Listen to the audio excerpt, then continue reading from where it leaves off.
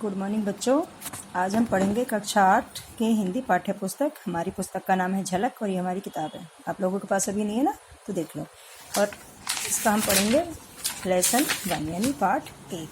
तो पाठ 1 क्या है? हमारी एक कविता है।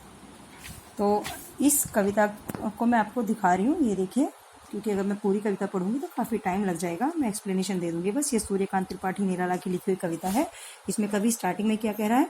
जीवन में कठिनाइयाँ और निराशाएं तो आती हैं, परंतु इंसान का कर्तव्य है कि वह इनको सहकर भी जीवन को सरस और सरल बनाने का प्रयत्न करे। ध्वनि कविता में कवि जीवन की विपरीत परिस्थितियों में जीवन जीने की अदम्य आकांक्षा प्रकट करता है। तो इस कविता में कवि क्या कहता है?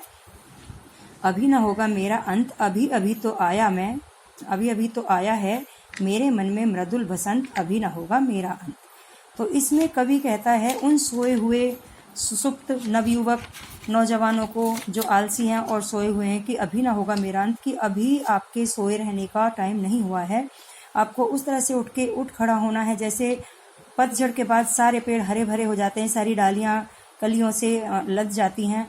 तो यहाँ पे कवि कहता है कि डालियां कलियां कोमल गात, मैं ही अपना स्वप्न मृदुल कर फेरूंगा निद्रित कलियों पर, जगह एक प्रत्युष मनोहर पुष्प पुष्प से तंद्रा लालसा खींच लूंगा मैं, अपने नवजीवन का अमृत सहर्ष सींच लूंगा मैं, द्वार दिखा दूंगा फिर उनको, है मेरे वो जहां अनंत, अभी न होगा मेरा अंत। इस सारी कविता में कवि ने कुल मिला के यही कहा है कि जो सोए हुए हैं, आलसी हैं, मैं उनसे उनकी तंद्रा लाश खींच लूंगा, यानी उनकी निद्रा को खींच लूंगा और उनके नवजीवन के अमृत को मैं सींच लूंगा। मतलब उनमें एक ऐसा जोश, एक ऐसा उत्साह भर दूंगा कि वो फिर से जाग खड़े होंगे, बिल्कुल उसी तरह से जैसे पेड़ हरे भरे, जैसे पतझड़ के बाद पेड़ वापस हरे भरे हो जाते हैं और बहुत सुहावने हो जाते हैं। ठीक है, इसमें सारी कविता में यही बताया गया है। चलिए कविता को अच्छे से ध्यान से पढ़ना, समझने की कोशिश करना।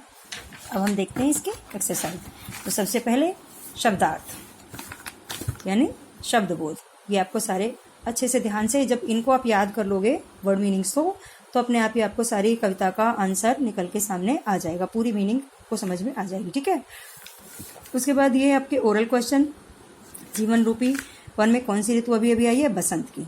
पढ़ोगे तो सब कुछ समझ में आ जाएगा। कवि का स्वप्न मृदुल कर से क्या तात्पर्य है? कल्पनाओं से बने कोमल हाथ, जो उसकी कल्पना से बने हैं कि मैं इस तरह से उनका आलस खींच के उनमें एक जोश भर दूंगा, फिर उनके ऊपर अपने कोमल हाथों को फेरूंगा, उनको जगाने के लिए, उनमें उत्साह भरने के लिए। ठीक है, कवि जीवन के किस चरण की बात कर रहा है? प्रथम चरण की बात कर रहा है। अपने लास्ट स्टैंजा में इसको आराम से पढ़ोगे, देखोगे जब। कवि किस आधार पर मृत्यु की निकटता को नकार रहा है? प्रथम चरण के आधार पर, कि मेरे जीवन का प्रथम चरण शुरू हुआ है, अभी मेरी मृत्यु निकट नहीं है। ठीक है, उसके बाद ये आपका क्वेश्चन आंसर सारे करने हैं। इस कविता में कवि ने डालियों कलियों और हरे भरे पत्तों को किसका प्रतीक बनाया है? तो इसमें कवि ने इन सबको किसका प्रतीक बनाया है?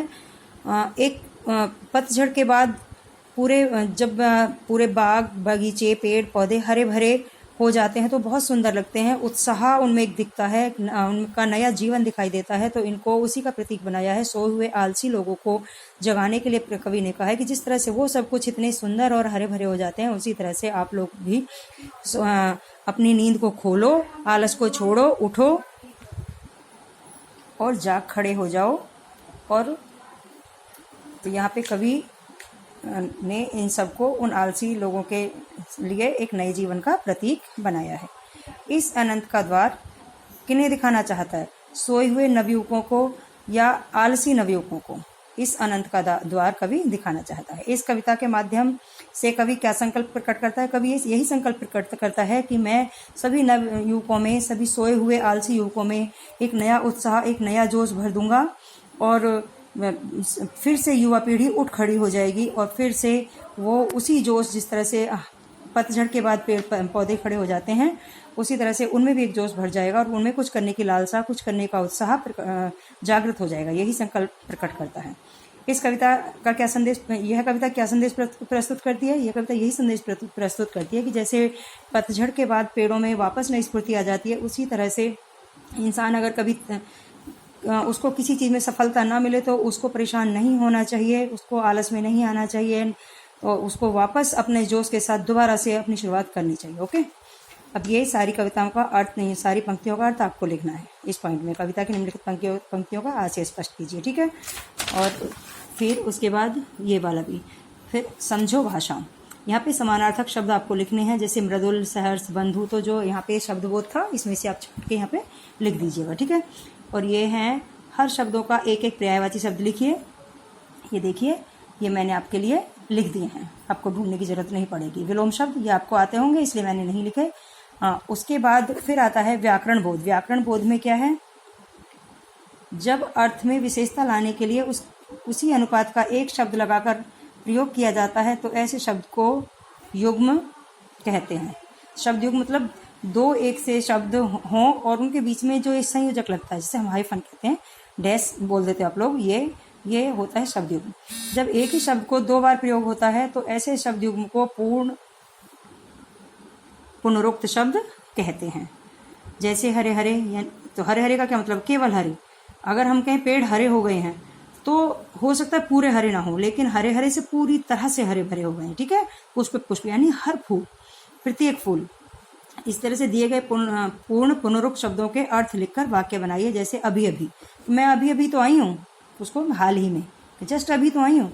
उसी तरह से स्थान स्थान यानी प्रत्येक स्थान पर। डाल डाल प्रत्येक डाल पर। किनारे किनारे किनारे बिल्कुल किनारे, जैसे कहते हैं ना बेटा किनारे किनारे जाना, तो उस तरह से आपको इनके वाक्य अपने आप बनाने, ठीक है। खुशी खुशी यानी खुशी से कि वो वहाँ पे खुशी खुशी चला गया, खुशी खुशी, ठीक है। आई बात समझ में। इनके वाक्य आपको अपने आप बनाने हैं। अब आपके यहाँ पे आ जाते हैं संस्कृत के शब्द कुछ परिवर्तन के साथ हिंदी में प्रयुक्त होते हैं तो उन्हें तद्भव शब्द कहते हैं। जैसे फूल, नया, सूरज, हाथ आदि। निम्नलिखित तत्सम शब्दों के शब्द तद्भव शब्द रूप लिखिए। ये आपको पता होगा और होना भी चाहिए, ये आप अपने आप लिखेंगे, मैंने नहीं बताया। जैसे अग्नि का आग, उल्लू का उल्लू, दधी का दही, अश्रु का आंसू, सत्य का सच, ठीक है। सारे अपने आप लिख लेना। यहाँ पे रचनात्मक क्रियाकलाप जो आपकी एक एक्टिविटी होती है, सारे लोग इकट्ठे बैठ के करते हैं, ये चीज़ वो है। आप क्लास में होते तो ज़्यादा अच्छे से हो जाती। सूर्यकांत त्रिपाठी निराला ने ऐसी कुछ अन्य कविताएं लिखी हैं, उनको संकलित कीजिए जो भी उनकी कविताएं हैं इसमें, और फिर निराला जी के जीवन तथा कृतित्व के विषय में जानिए तथा लिखिए। यहाँ पे इसी बारे में फिर लाइन्स लिखनी है। यहाँ पे फिर ये कविता है फूल और कांटा, इसको किस कवि ने लिखनी है, किस कवि ने लिखी है उसका नाम आपको यहाँ पे लिखना है। तो ये सब आपको सर्च करना पड़ेगा, ढूंढना पड़ेगा, ठीक है। आई बात समझ में। तो अब ये हमारा पाठ 1 समाप्त हो गया। कल हम ग्रामर का पाठ 1 पढ़ेंगे। Okay, thank you.